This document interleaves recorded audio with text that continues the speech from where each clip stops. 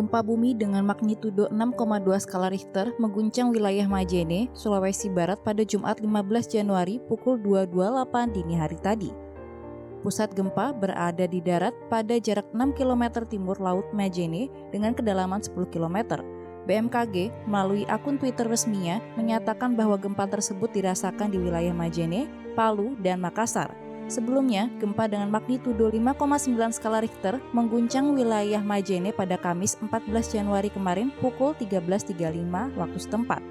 Pusat gempa berada di darat pada jarak 4 km barat laut Majene dengan kedalaman 10 km. BMKG menyatakan bahwa gempa tersebut tidak berpotensi tsunami serta menghimbau masyarakat untuk tetap tenang dan mempercayai sumber informasi yang resmi dan terverifikasi. Meski begitu, gempa susulan yang terjadi pada dini hari tadi menimbulkan korban jiwa dan kerusakan bangunan. Sampai berita ini diturunkan, ada 7 orang korban meninggal dunia dan ratusan orang luka-luka.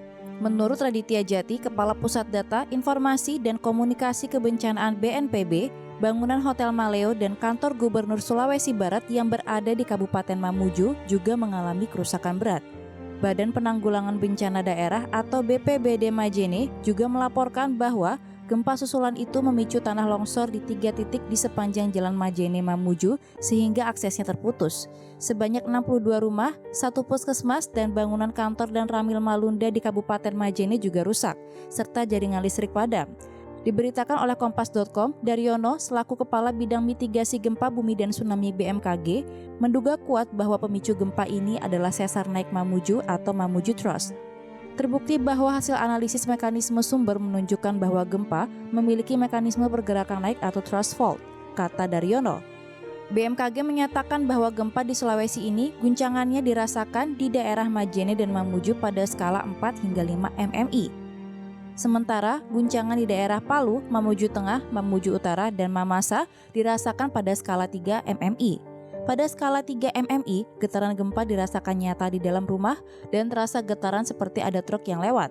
Pada skala 4 mmi, getaran gempa di siang hari dirasakan oleh orang banyak di dalam rumah, sedangkan di luar hanya dirasakan beberapa orang, serta menyebabkan gerabah pecah, jendela atau pintu berderit, dan dinding berbunyi.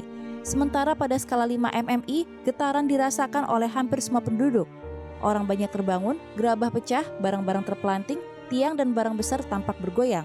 Warga yang tinggal di wilayah Sulawesi Barat dan sekitarnya diimbau untuk menghindari bangunan yang retak karena gempa.